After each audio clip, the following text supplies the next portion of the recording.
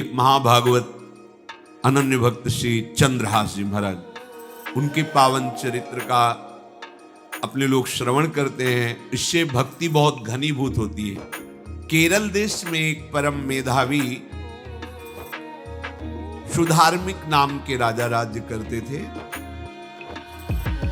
धर्म पूर्वक चलना, प्रजा का पालन करना और भगवान नाम जप करना, शास्त्र विधि से बिल्कुल कभी प्रतिकूल एक भी आचरण जीवन में नहीं किया। तो उनके यहां महाभागवत चंद्रहास जी का प्रादुर्भाव होता है। भगवान के भक्तों का जिस कुल में प्रादुर्भाव होता है, वो कुल, वो ग्राम, वो नगर, वो देश परम पूजनीय हो जाता है। ये महाभाग्यशाली मूल नक्षत्र में प्रकट हुए। लौकिक में अमंगल माना जाता है और भाव में देखो तो मूल कौन है? नक्षत्र भगवान। ऊर्ध्वमूल मधा शाखा मुसत्तम प्राहुरव्ययम। सबके मूल कौन है? श्री भगवान। किस नक्षत्र में पैदा हुए? मूल में, भगवत स्वरूप। और लोक में माना जाता है कि मूलन में पैदा हुआ है लड़का, अमंगल है, कुछ नष्ट ही होगा, संसार बड़ा विचित्र है। जैसे बालक रोता है ऐसे उनकी आवाज में कृष्ण कृष्ण। आनंद हुआ सुधार्मिक राजा को कि हमारे कोई महाभागवत पधारा है, क्योंकि ये भजन करके पूर्व जन्म में ऐसी भागवती की स्थिति प्राप्त की कि अबोध अवस्था में ही श्रीमुख से कृष्ण नाम निकल रहा है। आनंद उत्सव मनाया जा रहा है। राजा है, राजकुमार प्रकट हुआ। और दूसरी बात, वो स्वयं भक्त हैं और भगवान का ऐसा भक्त जो जन्म लेते ही कृष्ण नाम उच्चारण किया। ये आनंद ज्यादा दिन टिका नहीं। रोज बधाइयां हो रही, आनंद उत्सव मनाए जा रहे।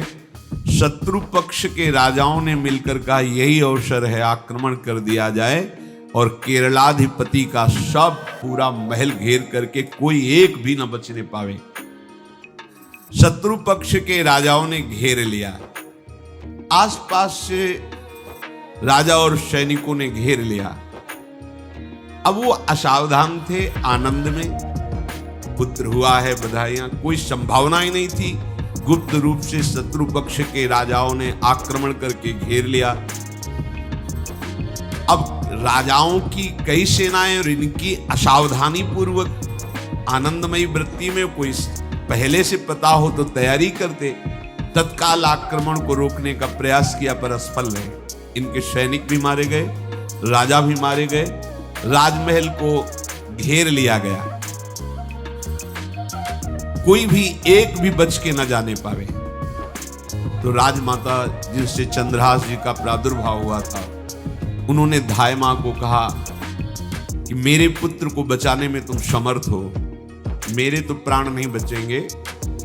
अगर ये लोग नहीं मारते तो मैं अपने पति के शव के साथ सती हो जाऊंगी। पहले ऐसी धार्मिक निष्ठा माताओं बहनों में होती थी कि धाय मां ने विचार किया कैसे बचा सकती हूं, आसपास तो सब सैनिक घेरे हुए हैं। तत्काल उसने विचार किया कि अगर हम इनको राजकुमार की तरह ले जाती है तो हमें भी मारा जाएगा और इनको भी मारा जाएगा। देखो कितनी विपत्ति जन्म लेते हैं। कोई प्रश्न कर सकता है कि महाभागवत जिनके घर में प्रकट हो तो वहां धन वैभव सुख संपत्ति बढ़नी चाहिए, यहां तो जन्म से ही जैसे वहां माता पधार। ये क्या है?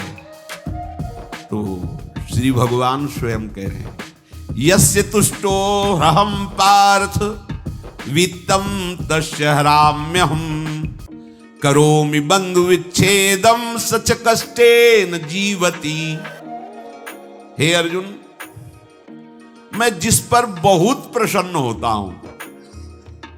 आप अपने ऊपर भगवान को बहुत प्रसन्न करना चाहते हैं? बहुत प्रसन्न करने में ये है, देख लो। कह रहे जिस पर मैं बहुत प्रसन्न होता हूं, सबसे पहले उसका ऐश्वर्य नष्ट करता हूं। फिर क्या करता हूं? फिर बंधु बांधवों का। फिर क्या करता हूं? असाध्य रोग उसके शरीर में। बोले महाराज जी तुम प्रसन्न हुए हो कि पूरे के पूरे नाराज हो गए हो? बोले यही मेरी प्रसन्नता है। क्या? माया का नाश। अब एकमात्र भरोसा केवल भगवान का, दूसरा कोई। ये सबको पसंद नहीं आएगा। सब तो उस भगवान की भक्ति चाहते हैं कि अगरबत्ती धूपबत्ती तन मन धन सब तेरा स्वामी, क्या लागे मेरा, पर अंदर से कह रहे सब तन मन धन सब मेरा, क्या लागे तेरा। ऐसे तो चलेगी भक्ति। लेकिन कई बार सत्संग में पीछे धाम में कहा था कि भगवान को रिझाकर लोक मांगोगे तो चैन से रह लोगे, और अगर उनसे प्यार करने की बात मन में ठानी, बस मुझे केवल आपकी आंखों में आंखों को मिला करके जीवन व्यतीत करना है, मुझे और कुछ नहीं चाहिए, तो फिर लाडले आपको दुशरिहा का कोई आश्रय रहने नहीं देंगे। ध्यान रखना, जितने दुशरिहा होंगे तो ये बर्दाश्त हो तो कदम आगे बढ़ावे। बहुत प्रसन्न हो जाओ ठाकुर हम पे, तो कह रहे यस्य तुष्टो हम पार्थ वित्तम तस्य हराम में हम करोमि बंधु विच्छेदम सच कष्टेन जीवती। जितनी श्वासें रहेंगी भयंकर कष्ट मैं उसको व्यतीत करने के लिए दूंगा। ये दंड नहीं है, ये पुरस्कार है। अनंत जन्मों का हिसाब बराबर करके कहीं इसकी वृत्ति मेरे से हट न जाए, ऐसे घेरे में डाल के अखंड चिंतन करवा के सजयति जयति जग उच्चरे। जाको करत श्याम सहाई प्रथम बरनो कृपा क्रम हो विषय मूल गवाई। कुल कुटुंब बल वित्त हीनो दीन के दुखदाई। आपने को करजु लीनो आप ही अपनाई।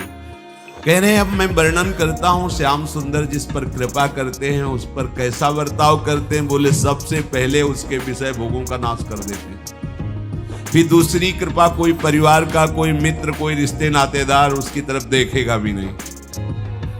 फिर ऐसा दुख प्रदान करते हैं कि केवल एक भरोसा रह जाता है, एक भरोसा, एक बल, एक आस विश्वास, बस नाथ आपके सिवा हमारा कोई नहीं। बस वहीं से जो चमत्कार प्रकट होता है, त्रिभुवन में कोई उसकी समानता नहीं कर सकता जिस पर ठाकुर की कृपा है।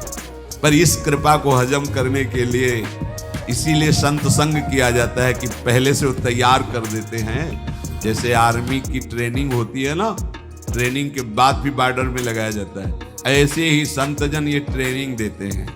अब जो टिके तो टिके, नहीं तो घर बैठे जाके, अगर टिक गया तो गुरु मेहरबान तो चेला पहलवान, भगवान भी परास्त नहीं कर सकते।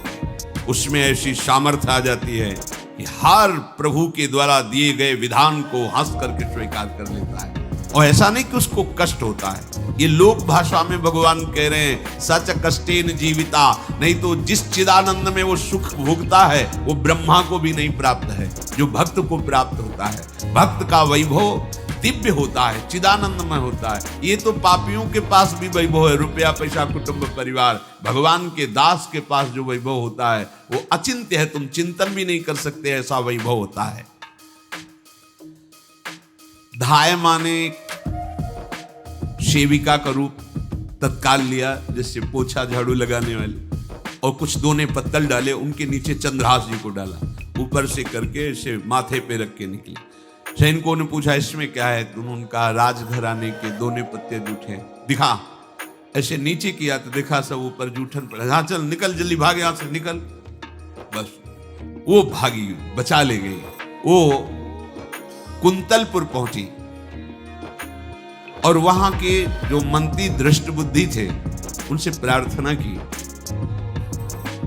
कि मैं सेवा कला में बड़ी प्रवीण हूं और ये मेरा पुत्र है, अगर आपकी कृपा हो जाए तो कुछ समय के लिए हम आपकी सेवा में, महल सेवा में रहेंगी और हमारे पुत्र का पालन पोषण हो जाएगा। उनकी परीक्षा ली गई तो राजघराने की सेविका थी, परम प्रवीण थी, पर उन्होंने परिचय नहीं बताया। विधि विधान से राज्य की सेवा में प्रवीण दासी पाकर उसको अच्छा लगा, ठीक है आप रह सकती है। अभी चंद्रहास जी 3 वर्ष के ही थे कि धायमा पधार गई और ये हर समय कृष्ण कृष्ण कृष्ण कृष्ण कृष्ण नाम इनके चलता रहता था। अब जो उनका दुलार करने वाली थी धायमा, वो भी पधार गई तो कौन उनकी तरफ देखे। पर बहुत ही गौर वर्ण, बड़े ही सुंदर, अब वो गलियों में भटकने, निकाल दिया महल से जब धाय माँ मर गई, क्योंकि धाय माँ की सेवा कारण उनको रखा गया था। 3 वर्ष के बालक गलियों में, तो कोई भी माँ देखती उनको तो कोई उनको वस्त्र पहना देती, कोई भोजन करा देती। ऐसे ही भगवान के भक्तों की बड़ी विचित्र लीला होती है। यहां चंद्रहास जी को जो भी माता बहन देखती कुंतलपुर के गलियों में, तो कोई वस्त्र, कोई स्नान करवा देती, कोई काजल लगाती, कोई भोजन पवा देती। परमहंसों जैसा जीवन कट रहा है। कृष्ण कृष्ण कृष्ण कृष्ण। 14 भुवनों में जिनकी अव्याहत गति है, जो सबको देखते रहते हैं, श्री देवर्षि नारद जी। राधे राधे प्यारे भक्तों, दिल से धन्यवाद। आपका सपोर्ट और प्यार ही हमें आगे बढ़ने की ताकत देता है। ऐसे ही साथ बनाए रखें।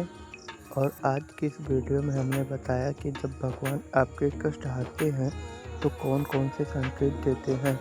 अगर आपके जीवन में ये संकेत मिलते हैं तो तुरंत समझ जाइए कि भगवान आपके कष्ट हर रहे हैं। भक्तों, यदि आपको आज का यह दिव्य सत्संग अच्छा लगा हो तो वीडियो को लाइक जरूर करें, राधे राधे लिखकर कमेंट करें और ऐसे ही प्रेरणादायक प्रवचन सुनने के लिए हमारे चैनल सनातन वाणी ऑफिशियल को सब्सक्राइब करके बेल आइकन अवश्य दबाएं। जय श्री कृष्ण, राधे राधे भक्तों।